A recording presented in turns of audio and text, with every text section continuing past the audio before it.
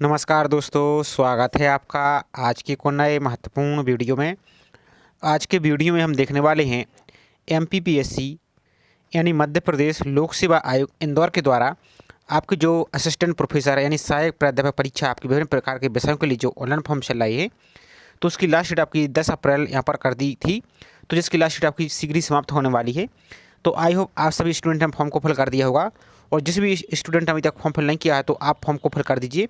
और इस वीडियो हम कंप्लीट जानकारी देखने वाले हैं कि कैसे आपको ऑनलाइन फॉर्म को फिल करना है, साथ ही आपको फोटो सिग्नेचर पासवर्ड को कैसे अपलोड करना है। साथ ही इससे भी इम्पोर्टेंट है कि आपको फॉर्म में कौन सी गलती नहीं करनी है, जिस कारण से अभी जो आपके हाल ही में आपके जो इंटरव्यू चल रहे हैं, इसमें आपके विभिन्न प्रकार के सब्जेक्ट के इंटरव्यू चल रहा है, तो उसमें से बहुत से कैंडिडेट के फॉर्म को रिजेक्ट कर दिया गया है। तो ये आपको भी चेक करना है, आगे आपको प्रूफ भी बताने वाले कि क्या आपको गलती नहीं करनी है जिस कारण से उनके फॉर्म रिजेक्ट हुए हैं। तो सेम गलती आप करने से बच सकते हैं। यदि आपने फॉर्म को फिल कर दिया है और आपने गलती कर दी तब उसको निर्धारित तिथि में आप उसको एडिट भी कर सकते हैं। तो सभी जानकारी हम इस वीडियो में स्टेप बाय स्टेप देखने वाले हैं। तो चलिए स्टार्ट करते हैं आज के वीडियो को। साथ ही आगे बढ़ने से पहले आप सभी से सिर्फ एक ही रिक्वेस्ट है, चैनल पर आप पहली बार विजिट कर रहे हैं तो चैनल को सब्सक्राइब करके बेल आइकन आप प्रेस करके जरूर रखिए। इससे संबंधित जैसे कि और भी आपको अपडेट आती है तो आपको वीडियो के माध्यम से सूचित कर दिया जाएगा। साथ ही वीडियो को लाइक नहीं किया है तो वीडियो को लाइक भी जरूर कर दीजिए। तो चलिए हम पहले इसकी पोर्टल पर चलते हैं कि कैसे आपको इसकी ऑनलाइन फॉर्म को फिल करना हो, और आप ऑनलाइन फॉर्म को घर बैठे आसानी से अपने मोबाइल से फिल कर सकते हैं। और एक बात और ध्यान दीजिए, यदि आप किसी ऑनलाइन फॉर्म आपको मोबाइल से फिल करने में प्रॉब्लम आ रही है तो आप ट्राई कर लीजिए। यदि फिर भी फिल नहीं हो रहा है तो आपको लास्ट डेट से पहले आप किसी साइबर कैफ़े या एमपी ऑनलाइन सेंटर पर जाकर वहाँ से फॉर्म फिल करा लीजिए। लेकिन ध्यान दीजिए, आपको सभी जानकारी सही सही फिल करनी है। आगे आपको हम कुछ नोटिस भी आपको दिखाने वाले हैं जो एमपीपीएससी ने जारी किया है, जिसमें बहुत से सब्जेक्ट वाइज अलग अलग स्टूडेंट के फॉर्म को रिजेक्ट किया है, तो वो भी आपको हम दिखाएंगे। तो ऑनलाइन फॉर्म फिल करने के लिए आपको अपने ब्राउजर में टाइप करना है MPPSC MP ऑनलाइन, इस प्रकार से आपको टाइप करना है और सर्च पर आपको सिंपल क्लिक करना है। अब जैसे इस पर क्लिक करते हैं तो जो आपको पहली लिंक दिख रही है इस लिंक पर आपको क्लिक करना है। और वीडियो आपको थोड़ा सा बड़ा हो सकता है लेकिन आपको कंप्लीट जानकारी बताई जाएगी ताकि आपको कोई भी गलती यहाँ पर आप ना करें, क्योंकि फॉर्म तो आपने फिल कर दिया होगा, और यदि फिल कर भी दिया है तो इस जानकारी को देख लीजिए तो आपको सब कुछ समझ में आ जाएगा। तो इस प्रकार से आपकी लिंक ओपन हो जाएगी। अब यहाँ पर देखिए आपकी अलग अलग प्रकार की पोस्टें जो चल रही हैं, इनके भी ऑनलाइन फॉर्म का हमने वीडियो अपलोड कर दिया है। तो यदि इन पोस्ट के लिए भी आप एलिजिबल हैं तो इन पोस्ट के लिए अप्लाई कर सकते हैं। सभी की वीडियो हमने चैनल पर अपलोड कर दिया। जैसे आपकी संस्कृति विभाग की चल रही है, आपकी फूड सेफ्टी ऑफिसर की चली, ये आपकी लोक स्वास्थ्य नर्स अधिकारी की चल रही है, आपकी सहायक प्रबंधक की चल रही है, आपकी जो जिला विस्तार अधिकारी, सभी की पोस्ट के ऑनलाइन फॉर्म चल रहे हैं। आपकी बीमा अधिकारी, राज्य अभियंत्रिकी सेवा, इसकी लास्ट डेट 13 अप्रैल है। तो जिस भी पोस्ट के लिए एलिजिबल हैं तो एक बार चैनल पर विजिट करेंगे आप तो सभी की वीडियो हमने अपलोड कर दिए हैं, तो उनको देखकर अपनी सुविधा अनुसार फॉर्म को फिल कर सकते हैं। अब असिस्टेंट प्रोफेसर के फॉर्म के लिए आपको यहाँ पर नीचे को स्क्रॉल करते चले जाना है। यहाँ पर तो यहाँ पर देखिए अलग अलग विषय के आपको यहाँ पर सब्जेक्ट वाइज मिल जाएगी। तो जिस पोस्ट के लिए एलिजिबल है, आप जिस पोस्ट के लिए जिस सब्जेक्ट की फिल करना चाहते हैं, तो सभी के सामने आप यहाँ पर देख सकते हैं अप्लाई ऑनलाइन का ऑप्शन दिख रहा है। तो हम किसी एक विषय को अप्लाई करके दिखा रहे हैं। सभी पोस्टों का सभी विषय का प्रोसेस सेम रहने वाला है। तो एक वीडियो के माध्यम से अब यहाँ पर आप आइडिया ले सकते हैं और बाकी की प्रोसेस सेम रहने वाली है। तो चलिए डेमो के लिए हम आपको यहाँ पर राजनीति शास्त्र यानी पॉलिटिकल साइंस का ही फॉर्म फिल करके आपको दिखा रहे हैं। तो अप्लाई करने के लिए अब ऐसा नहीं कि आप साइंस वाले हैं तो सोचेंगे कि पॉलिटिकल साइंस का है तो हम नहीं देखेंगे। तो वीडियो सभी के लिए सेम है, सिर्फ आपको सब्जेक्ट चेंज कर दें। जैसे पॉलिटिक्स की जगह आप कुछ और सब्जेक्ट कर देने, जैसे इकोनॉमिक्स, तो इसका भी सेम प्रोसेस है। तो किसी एक को हम आपको यहाँ पर दिखा रहे हैं, सभी की प्रोसेस यहाँ पर सेम है। तो जो अप्लाई का ऑप्शन दिख रहा है साइड में, इसको आपको क्लिक करना है। अब जैसे इस पर आप क्लिक करते हैं तो सबसे पहले आपको जो टर्म एंड कंडीशन का ऑप्शन दिख रहा है इस पर आपको क्लिक करना है। इस पर क्लिक करने के बाद आपको जो नोटिफिकेशन दिख रहा है जो ब्लू कलर का, इस पर एक बार आपको क्लिक करना है तो ये आपसे नोटिफिकेशन आपका डाउनलोड हो जाएगा। और यदि आप इस पर क्लिक नहीं करते हैं तो आपका फॉर्म आगे नहीं बढ़ेगा। और एक रिक्वेस्ट और है आपसे कि आप ऑनलाइन फॉर्म फिल करने से पहले इसकी जो एजुकेशन क्वालिफिकेशन है, शिक्षण अर्हता और अन्य सभी जानकारी, उसको नोटिफिकेशन आप जरूर पढ़ लीजिए। उसके बाद ही फॉर्म को फिल कीजिए। अब वीडियो बहुत बड़ा हो जाएगा तो हम डायरेक्ट फॉर्म को फिल का प्रोसेस बता रहे हैं। हम उम्मीद कर रहे हैं कि आप इसकी नोटिफिकेशन को आपने पढ़ लिया होगा। उसके बाद आपको यहाँ पर नीचे को चले आना है। तो यहाँ पर आपको देखिए आई एक्सेप्ट पर आपको सिंपल क्लिक करना है। लेकिन यहाँ पर ध्यान दीजिए आपकी फ़ोटो है, आपकी जो है फोटो आपकी रंगीन फोटो होनी चाहिए और 3 माह से अधिक पुरानी यहाँ पर नहीं होनी चाहिए। यहाँ पर देख सकते हो। और पढ़ने के लिए चश्मा लगाया गया है, आपको चश्मा लगता है तो चश्मा लगाकर ही आपको फोटो अपलोड करना है। लेकिन जो चश्मा है आपका वो ट्रांसपेरेंट लेंस वाला होना चाहिए और उसमें आपको रिफ्लेक्शन यानी चमक नहीं होनी चाहिए, नहीं तो आपका फॉर्म रिजेक्ट कर दीजिएगा। तो आई एक्सेप्ट पर आपको सिंपल यहाँ पर क्लिक करना है। तो इस पर हम क्लिक करते हैं। अब जैसे हमने यहाँ पर ऊपर ब्लू कलर का जो दिख रहा है इस पर हमने क्लिक नहीं किया, तो एक बार हम क्लिक करते हैं तो यहाँ से आपका नोटिफिकेशन डाउनलोड हो चुका है। अब यहाँ पर आपको आई एक्सेप्ट पर क्लिक करना है तो यहाँ से आपका नोटिफिकेशन डाउनलोड हो जाएगा। इसको एक एक जानकारी आपको अच्छी तरीके से पढ़ लेना है।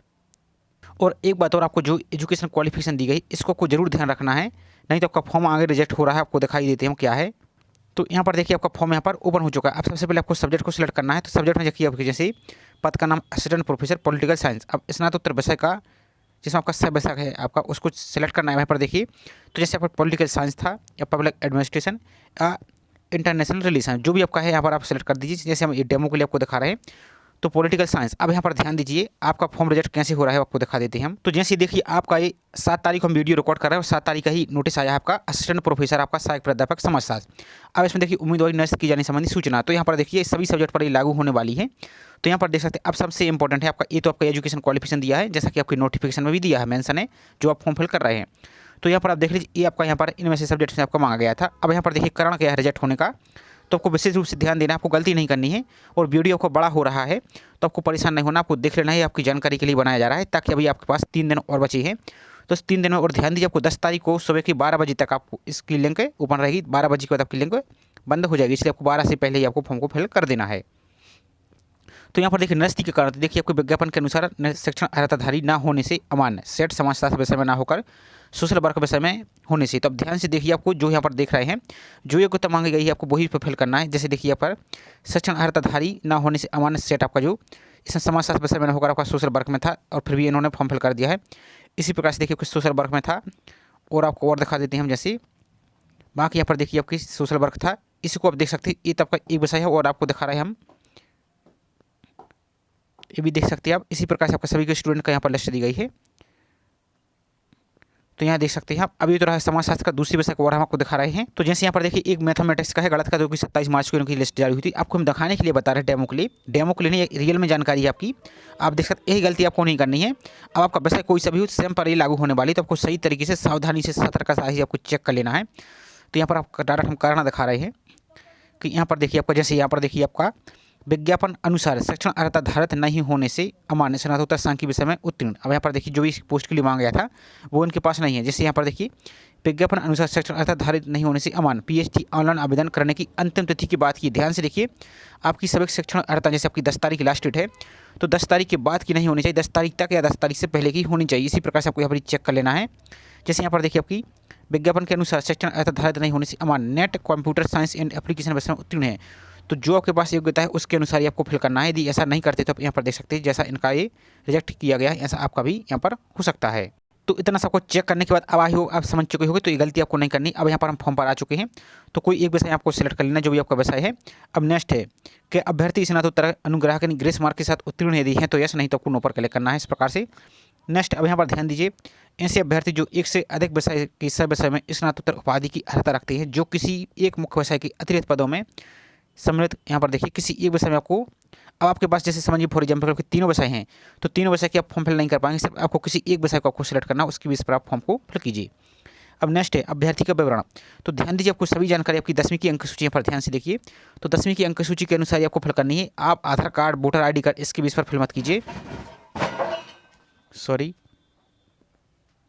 तो यहाँ पर आपको अपना प्रथम नाम फिल करना है और सभी आपको जानकारी 10वीं की अंक सूची के अनुसार ही फिल करना, किसी और बेस पर आपको फिल नहीं करना है। तो यहाँ पर अभ्यर्थी का प्रथम नाम, यहाँ पर आपको फर्स्ट नाम फिल करना है और जैसा आपकी मार्कशीट में स्पेलिंग दी है सेम स्पेलिंग आपको फिल करनी है। यदि आपके फर्स्ट नेम मिडिल नेम और लास्ट में कोई मिस्टेक हो जाती है तो इसको आप फॉर्म में बाद में किसी भी हालत में एडिट नहीं कर पाएंगे। बाकी सभी जानकारी एडिट हो सकती है लेकिन आपका first name middle name last name और मोबाइल नंबर ये आपका एडिट नहीं होगा।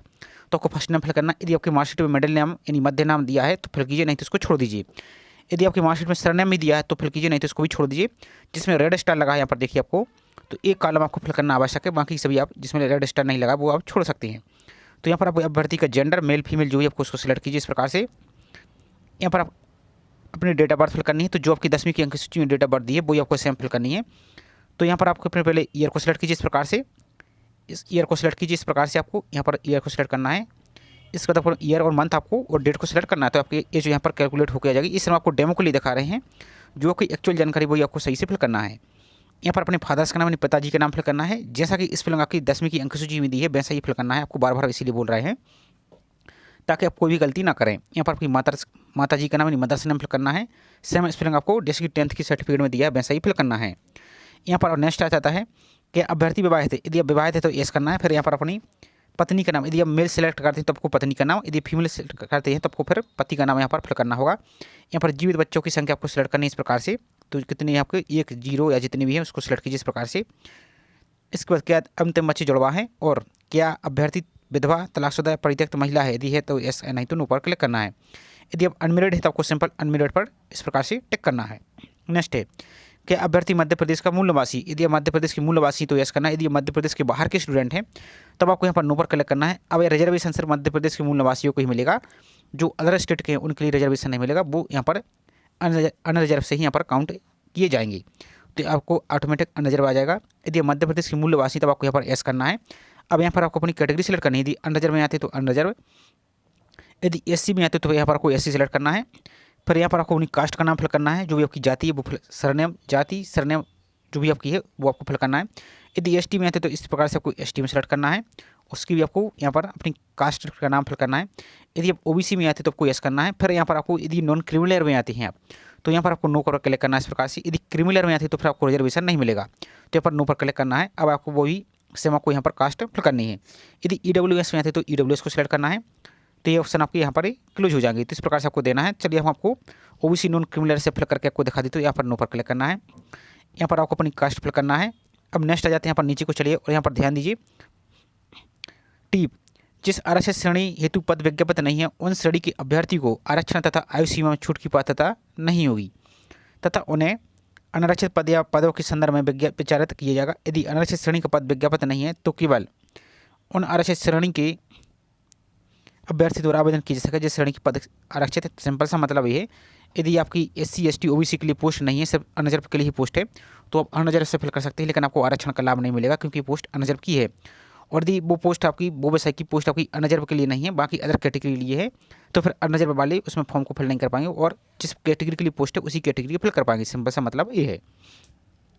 अब नेक्स्ट है, अब रिजर्वेशन के लिए आप फिल कर रहे हैं, जैसे ओबीसी के लिए, नॉन क्रिमिनल के लिए, तो जो आपका मध्य प्रदेश सरकार का जाति प्रमाण पत्र है उस जाति प्रमाण पत्र की कुछ जानकारी फिल करनी है। जैसे आपका जाति प्रमाण पत्र आपका जारी करता का पद नाम, यानी किस अथॉरिटी ने इशू किया, जैसे आपका एसडीएम या एसडीओ, और सभी जानकारी आपको कैपिटल लेटर यानी अंग्रेजी की बड़े अक्षरों में ही आपको फिल करनी है। इसके बाद किसी जिले से आपका इशू हुआ है उस जिले का नाम आपको यहाँ पर फिल कर देना है। इसके बाद आपका जो प्रमाण पत्र क्रमांक है, जो आपका डिजिटल जाति प्रमाण पत्र क्रमांक है, उस डिजिटल जाति प्रमाण पत्र का आपका सर्टिफिकेट नंबर फिल करना है। ध्यान दीजिए, एक आपका प्रकरण क्रमांक भी लिखा होगा, जैसे इंग्लिश में रेजुलेशन नंबर बोलते हैं, एक आपका प्रमाण पत्र क्रमांक यानी सर्टिफिकेट नंबर लिखा होगा। तो जैसे आपका डिजिटल जो आपका आरएस करके आपका इस प्रकार से आरएस, फिर आपका नंबर दिया होगा, फिर ऑब्लिक, फिर नंबर, फिर ऑब्लिक, इस प्रकार से आपका दिया है, तो वही आपको सेम यहाँ पर फिल करना है। इसके बाद आपका जो प्रमाण पत्र जारी होने की दिनांक, किस डेट को इशू हुआ है, इस प्रकार से आपका जाति प्रमाण पत्र रहेगा जो डिजिटल वाला है। यहाँ पर आपको जारी होने की दिनांक दी रही होती है, तो वही आपको यहाँ पर फिल करनी है। यहाँ पर आपको रजिस्ट्रेशन नंबर दिया होगा, पंजीकरण क्रमांक आपको दिया होगा, तो वो आपको यहाँ पर फिल करना है। इसके बाद नीचे को चले आना है। नेक्स्ट, दिव्यांगता का विवरण, तो क्या अभ्यर्थी न्यूनतम 40% या इससे अधिक दिव्यांग यदि हैं तो यस करना है यहाँ पर। फिर यहाँ पर दिव्यांगता की आपको जानकारी देनी होगी, आपका प्रकार सेलेक्ट करना होगा यहाँ पर इस प्रकार से, फिर आपको परसेंटेज सेलेक्ट करना होगा, फिर आपको दिव्यांगता प्रमाण पत्र क्रमांक फिल करना होगा, और किस डेट को इशू हुआ ये सभी आपको जानकारी फिल करनी होगी। यदि आप दिव्यांग नहीं है तो आपको फिर नो पर इस प्रकार से क्लिक करना, तो ये ऑप्शन आपके क्लोज हो जाएंगी। नेक्स्ट है, क्या अभ्यर्थी कभी किसी सेवा से पृथक करने के लिए दंडित किया गया है, यदि किया गया है तो यस, नहीं तो आपको यहाँ पर सभी पर आपको नो पर ही क्लिक करना है। नेक्स्ट है, क्या अभ्यर्थी आयोग की किसी परीक्षा अथवा चयन की विवर्जित अवधि में यदि है तो यस, नहीं तो आपको नो पर क्लिक करना है। नेक्स्ट है, क्या अभ्यर्थी मध्य प्रदेश शासन अथवा उसकी नगर सैनिक निगम मंडल या स्वशासी संस्थाओं में सेवारत यदि हैं तो यस, नहीं तो नो पर ही इस प्रकार से क्लिक कर देना है।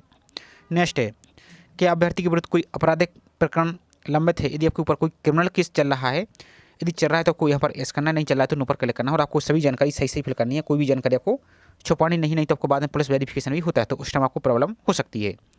नेक्स्ट है, तो ये ऑप्शन तो आपके क्लोज हो जाएंगे यदि आप नो पर क्लिक करते हैं। नेक्स्ट है, मध्य प्रदेश राज्य के रोजगार कार्यालय में जीवित पंजीयन का विवरण, तो यदि आप मध्य प्रदेश के बाहर के स्टूडेंट हैं, यहाँ पर देखिए मध्य प्रदेश के मूल निवासियों को जीवित रोजगार पंजीयन आवेदन करते समय आवश्यक नहीं होगा, किंतु ऐसे अभ्यर्थी को साक्षात्कार के समय मध्य प्रदेश के रोजगार कार्यालय का जीवित पंजीयन क्रमांक प्रस्तुत करना अनिवार्य होगा। तो सिंपल सा मतलब ये है, यदि आप अभी फॉर्म फिल कर रहे हैं तो यदि अभी आपके पास रोजगार पंजीयन नहीं है तो आप यहाँ पर नो पर क्लिक कर दीजिए, लेकिन जब आप इंटरव्यू देने जाएंगे और आपको डॉक्यूमेंट वेरिफिकेशन के टाइम आपको ये रोजगार पंजीयन लेके जाना होगा, तो कोशिश कीजिए अभी रोजगार पंजीयन कर लीजिए, आपको बाद में कोई भी प्रॉब्लम नहीं होगी और आपको कोई भी बाद में अलग से आपको रोजगार पंजीयन ले जाने की आवश्यकता नहीं पड़ेगी। इसलिए आपको 5 से 10 मिनट लगते हैं रोजगार पंजीयन को कर लीजिए। रोजगार पंजीयन कैसे करना है तो उसका भी मैंने चैनल पर वीडियो अपलोड कर दिया, उस प्रोसेस को आप देख सकते हैं। और यदि जो मध्य प्रदेश के बाहर के स्टूडेंट हैं तो उनके लिए रोजगार पंजीयन होना आवश्यक नहीं, तो आप यहाँ पर नो पर क्लिक कर सकते हैं। इससे संबंधित जानकारी आपको नोटिफिकेशन में पूरी दी है, तो उसको विस्तार से आप पढ़ सकते हैं। और यदि आपके पास रोजर पंजीयन है तो आपको यस करना है। फिर यहाँ पर आपको रोजर पंजीयन क्रमांक आपको फिल करना है, किस जिले में आपने रोजर पंजीयन किया था उस जिले का नाम फिल करना है और सही सही फिल करना है, नहीं तो आपको बाद में प्रॉब्लम हो गई। प्रॉब्लम क्या होगी, आपको बाद में फॉर्म रिजेक्ट कर हो जाता है, जैसा कि आपने अभी स्टार्ट में देखा होगा। और इसके अलावा और सी नोटिस आई थी हमने अलग अलग सब्जेक्ट की, तो उसको हमने नहीं दिखाया है ताकि वीडियो बड़ा ना हो। आप वेबसाइट पर जाकर उसको भी आप चेक कर सकती हैं। अब यहाँ पर आपको किस डेट को आपका रोजर पंजीयन हुआ है, यहाँ पर किस डेट को आपने रोजर पंजीयन किया था, तो वो पंजीयन क्रमांक की आपको डेट फिल करनी। ध्यान दीजिए, आपने स्टार्ट में कब पंजीयन किया था वो पंजीयन की डेट फिल करनी है। यदि बीच में आपने कभी रिन्यू किया है तो रिन्यू की डेट आपको फिल नहीं करनी है। नेक्स्ट है, क्या अभ्यर्थी मध्य प्रदेश के भूतपूर्व सैनिक यदि हैं तो यस, नहीं तो आपको ऊपर क्लिक करना है, तो ये ऑप्शन आपकी क्लोज हो जाएंगे। नेक्स्ट है, कि अभ्यर्थी मध्य प्रदेश शासन द्वारा अनुसूचित जाति, अनुसूचित जनजाति एवं पिछड़ा वर्ग कल्याण की अंतर्जातीय विवाह योजना इंटरकास्ट मैरिज के तहत आप पोस्ट करते स्वर्ण पार्टनर हैं, यदि हैं तो यस, नहीं तो नो पर क्लिक करना। यदि आप अनमेरिड पर सिलेक्ट करते हैं तो ये ऑप्शन आपके क्लोज रहेंगे, आपको इसकी ऑप्शन सेलेक्ट करने की आवश्यकता नहीं है। नेक्स्ट है, क्या अभ्यर्थी विक्रम अवार्ड से सम्मानित खिलाड़ी है, यदि है तो यस, नहीं तो आपको यहाँ पर भी नो पर क्लिक करना है। नेक्स्ट देखिए, अतिथि विद्वान के रूप में किए गए कार्य का विवरण, तो क्या अभ्यर्थी ने मध्य प्रदेश के शासकीय महाविद्यालय में सहायक प्राध्यापक का कार्य अतिथि विद्वान के रूप में किया है एवं किसी शासकीय महाविद्यालय में अतिथि विद्वान के रूप में कार्यरत थे तथा अभ्यर्थी ने उसी विषय में सहायक प्राध्यापक के स्वीकृत पदों पर सीधी भर्ती के लिए आवेदन कर रहा है, यदि आपके पास ऐसा है कुछ तो आपको फिर यहाँ पर एस करना है। फिर यहाँ पर यदि एस करते हैं तब आपको यहाँ पर यदि हाँ तो अग्रणी महाविद्यालय की प्राचार्य द्वारा हस्तलिखित गणना पत्रक के आधार पर देय वरीयता अंक का उल्लेख करना है आपको यहाँ पर। और यदि हाँ तो अग्रणी महाविद्यालय की प्राचार्य द्वारा हस्तलिखित गणना पत्रक के आधार पर प्राप्त आयु में छूट का उल्लेख करना है। तो यहाँ पर ध्यान से देखिए, सावधानी से आपको फिल करना है। यदि आपके पास कुछ ऐसा है और आप नोटिफिकेशन पढ़ लीजिए इसके संबंध में, तो ही आपको यहाँ पर यस करना है। यदि आपके पास ऐसा कुछ नहीं है तो आप रिस्क मत लीजिए ताकि आपको बाद में कोई प्रॉब्लम ना हो। यदि आपके पास ऐसा कुछ नहीं है तो आपको यहाँ पर नो पर क्लिक करना है, तो आपको जो डायरेक्ट भर्ती उसके अनुसार यहाँ पर आप लाभ ले सकती हैं। इसके बाद आपको नेक्स्ट है, आवेदन पद हेतु अनिवार्य अर्हता का विवरण, तो ध्यान से आपको यहाँ पर फिल करना है। तो पात्रता परीक्षा आपकी PhD डिग्री से चुनाव करें, तो यहाँ पर यदि आप नेट निकाले हुए हैं तो आपको फिर नेट पर क्लिक करना है और यहाँ पर आपको विषय का सिलेक्ट करना है। तो अपने किस विषय से आपका नेट निकाला है, तो जो आपका विषय है, जैसे आपका स्टार्ट में ही आपको बताया था कि जैसे आप ये पॉलिटिकल साइंस के लिए आप अप्लाई कर रहे हैं तो इसी विषय का आपका नेट होना चाहिए, किसी और दूसरे विषय का फिल मत कीजिए, नहीं तो आपको स्टार्ट में आपको दिखाया है वही आपका फिर बाद में रिजेक्ट हो जाएगा। तो यदि आपने नेट निकाला है तो आपको नेट को फिल करना। यहाँ पर उत्तीर्ण की दिनांक ध्यान दीजिए, एक आपकी उत्तीर्ण होने की दिनांक है, एक आपकी जो स्कोर कार्ड है वो आपकी इशू होने की दिनांक, तो ये सभी आपको फिल नहीं करना है। आपको जो पास हुई है उस पास होने की दिनांक फिल करनी है। आप ध्यान से देखिए, स्कोर कार्ड में तो आपको सब कुछ लिखा मिल जाएगा। और यदि आप जैसे नेट नहीं निकाले हुए हैं, आप सिर्फ सेट निकाले हुए हैं, तो फिर आपको यहाँ पर सिर्फ सेट को सिलेक्ट करना है इस प्रकार से। तो यहाँ पर आपको वही आपको विषय की जानकारी फिल करनी है, किस विषय से यहाँ पर उत्तीर्ण होने की दिनांक, और सेट का स्कोर कार्ड भी जारी कर दिया है। जिसने स्कोर कार्ड डाउनलोड नहीं किया है तो डाउनलोड कर लीजिए, लिंक ओपन है, हमने वीडियो चैनल पर अपलोड कर दिया, पूरी प्रोसेस आपको बता दी, तो उसको आप देख सकते हैं। तो यहाँ पर आपको सेलेक्ट करना है। यदि आप सेट नहीं निकाले, आप PhD अकेले किए हैं तो फिर PhD को सिलेक्ट करना है, बाकी इसकी जानकारी आपको यहाँ पर पढ़ लेना है। और यदि आप PhD नहीं की, सिर्फ आप सेट निकाले हुए हैं इस प्रकार से, तो सिर्फ आपको सेट सेलेक्ट करना है, तो सेट की जानकारी देनी है और उत्तीर्ण होने की दिनांक यानी पासिंग डेट आपको फिल करनी है। और यदि आप दोनों निकाली हैं, नेट और सेट, तो दोनों को टिक करना है। तो पहले आपको नेट की जानकारी फिल करनी है, उत्तीर्ण दिनांक, फिर आपको यहाँ पर लास्ट इसके बाद आपको यहाँ पर सेट की जानकारी फिल करनी है। ध्यान से फिल करना, आपको कोई भी जानकारी गलत फिल नहीं करनी है, नहीं तो आपका बाद में फॉर्म रिजेक्ट कर दिया जाएगा। इसके बाद कोई एजुकेशन क्वालिफिकेशन, तो आपको ये भी सही से फिल करनी है। तो सबसे पहले आपको सेक्शन रहता है, तो आपको 10th की जानकारी, 10वीं की अंक सूची के अनुसार आपको जानकारी फिल करनी है। तो तीनों परीक्षा का नाम, तो यहाँ पर सिंपल आप चाहें तो हाई स्कूल इस प्रकार से आप फिल कर सकती हैं। इसके बाद आपका प्रणाली, तो आपका डिवीजन सिस्टम था या CBGB सिस्टम था, तो डिवीजन था तो डिवीजन। फिर यहाँ पर विषय के नाम, तो या तो चाहें तो आप सभी 10th के जितने भी सब्जेक्ट रहे सभी के नाम लिख सकते हैं, या चाहें तो सिंपल आप यहाँ पर ऑल, जनरल इस प्रकार से सब्जेक्ट भी आप फिल कर सकते हैं, क्योंकि स्पेशल 10th में कुछ बेसिस ऐसा होता नहीं है।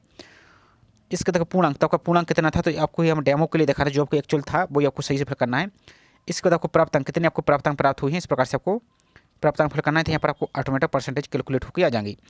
और यदि आपका डिवीजन सिस्टम के अलावा आपका CGP सिस्टम था, तब आपको यहाँ पर पूर्णांक को प्राप्तांक फिल करने की आवश्यकता नहीं है, आप सिर्फ परसेंटेज को कैलकुलेट करके यहाँ पर परसेंटेज को फिल कर दीजिए। इसके बाद आपको यहाँ पर अपना डिवीजन सेलेक्ट करना, किस डिवीजन से आप यहाँ पर पास हुए हैं इस प्रकार से। फिर यहाँ पर बोर्ड का नाम, तो यदि आप MP बोर्ड के हैं तो आपको इस प्रकार से आप MP बोर्ड भोपाल इस प्रकार से फिल कर दीजिए, या आपका अदर स्टेट बोर्ड है तो अदर स्टेट बोर्ड, CBSE है तो CBSE, जो भी है इसको आप फिल कीजिए। किस वर्ष आपने 10वीं की परीक्षा उत्तीर्ण की, तो वो उत्तीर्ण वर्ष, और यहाँ पर आपका रोल नंबर फिल कर देना है। इसके बाद नेक्स्ट आ जाता है 12th की जानकारी, यानी हायर सेकेंडरी की जानकारी फिल करनी है। तो यहाँ पर आप हायर इस प्रकार से आप हायर सेकेंडरी इस प्रकार से सेकेंडरी भी आप फिल कर सकते हैं। इसके बाद डिवीजन सिस्टम CGPA जो भी आपका था वो फिल कीजिए। अब यहाँ पर आपको सब्जेक्ट के नाम फिल करने हैं। तो 12th में आपके किस स्ट्रीम से आपके सब्जेक्ट रहे हैं। तो या तो आप चाहें तो सभी 5 सब्जेक्ट के नाम फिल कर सकते हैं, लेकिन ध्यान दीजिए जैसे फॉर एग्जाम्पल आपको दिखा देते हैं हिंदी। इसके बाद आपको कॉमा नहीं लगाना है, नहीं तो आपका फॉर्म सबमिट नहीं होगा। तो कुछ सिर्फ एक बार आपको सब्जेक्ट रखना है, फिर आपको इस प्रकार से कॉमा नहीं लगाना है, आपको हटा देना, सिर्फ आपको एक बार स्पेस देना है, फिर आपको दूसरा सब्जेक्ट का नाम लिखना है इस प्रकार से आपको इंग्लिश। और जो भी आपके 5 सब्जेक्ट रहे थे 5 सब्जेक्ट के नाम एक एक करके स्पेस देना है, फिर दूसरा लिखना है, फिर तीसरा लिखना है, इस प्रकार से फिल करना है। पूर्णांक, प्राप्तांक, परसेंटेज, डिवीजन, आपको बोर्ड का नाम यहाँ पर डिवीजन, आपको बोर्ड का नाम, और आपको उत्तीर्ण वर्ष और रोल नंबर फिल करना है। इसके बाद आपको यहाँ पर स्नातक, तो ग्रेजुएशन में आप क्या किए, जैसे फॉर एग्जाम्पल के लिए BA किए हैं तो BA इस प्रकार से फिल कीजिए। यहाँ पर वही आपका डिवीजन या CGPA सिस्टम था जो भी था वो फिल कीजिए। यहाँ पर सब्जेक्ट के नाम, तो आपके जो मेजर सब्जेक्ट कौन से रहे, जैसे फॉर एग्जाम्पल के लिए आपके रहे हैं हिस्ट्री, पॉलिटिक्स और इकोनॉमी, इस टाइप से जो भी आपके सब्जेक्ट रहे तो मेजर सब्जेक्ट के नाम यहाँ पर फिल कीजिए। इसके बाद आपको वही पूर्णांक, प्राप्तांक, परसेंटेज, डिवीजन और अपनी यूनिवर्सिटी का नाम, रोल नंबर और पासिंग ईयर ये आपको फिल करना है। इसके बाद आपको स्नातक, तो आप क्या किए, जैसे फॉर एग्जाम्पल आप MA किए हैं तो वही आपका डिवीजन सिस्टम या CGPA सिस्टम था जो भी था। इस प्रकार से सब्जेक्ट में आपका ऑटोमेटिक पॉलिटिकल आ जाएगा, क्योंकि आपने स्टार्ट में ही पॉलिटिकल साइंस यहाँ पर सेलेक्ट किया है। तो वही यहाँ पर आपका पूर्णांक, प्राप्तांक, यूनिवर्सिटी का नाम, रोल नंबर, परसेंटेज और आपको ये सब आपको फिल करना है। इसके बाद जो स्टार आपको दिख रहा है ग्रेड CGPA सिस्टम, इस पर आपको यहाँ पर इस प्रकार से टिक करना है। यहाँ पर देख सकते हैं आप कि ग्रेड या CGPA के संदर्भ में मेरे द्वारा अंकित प्रतिशत विश्वविद्यालय द्वारा निर्धारित मापदंड के अनुरूप हैं। इसमें किसी विसंगति हेतु पूर्णतः उत्तरदायी मैं ही रहूँगा, तो आपको यहाँ पर टिक करना होगा। इसके बाद आपको एग्जाम सेंटर, तो 4 एग्जाम सेंटर आपको सेलेक्ट करना है। तो आप देख सकते हैं 3 एग्जाम सिटी में आपको एग्जाम होने वाला है, तो आपको जो भी आपके नियरेस्ट एग्जाम सेंटर हैं उनको यहाँ पर आप सेलेक्ट कर सकते हैं। इस प्रकार से आप यहाँ पर सेलेक्ट कर लीजिए जो भी आपकी नियरेस्ट एग्जाम सेंटर हैं। इस प्रकार से आप कोई भी अपने यहाँ पर सेलेक्ट कर सकते हैं। इसके बाद नेक्स्ट आ जाइए आप यात्रा भत्ता का विवरण। तो क्या आप यात्रा भत्ता का लाभ लेना चाहते हो? यात्रा भत्ता का लाभ केवल मध्य प्रदेश के जो SC ST OBC और जो दिव्यांगजन हैं उनके लिए आपको लाभ मिलेगा। यदि लेना चाहते हो तो यस कीजिए, नहीं तो आपको नो पर क्लिक करना, हालांकि ये मिलता नहीं है। नेक्स्ट है, अब आपको बैंक के विवरण की जानकारी फिल करनी है और यहाँ पर ध्यान से फिल कीजिए क्योंकि बहुत से स्टूडेंट को यहीं पर प्रॉब्लम आ रही है।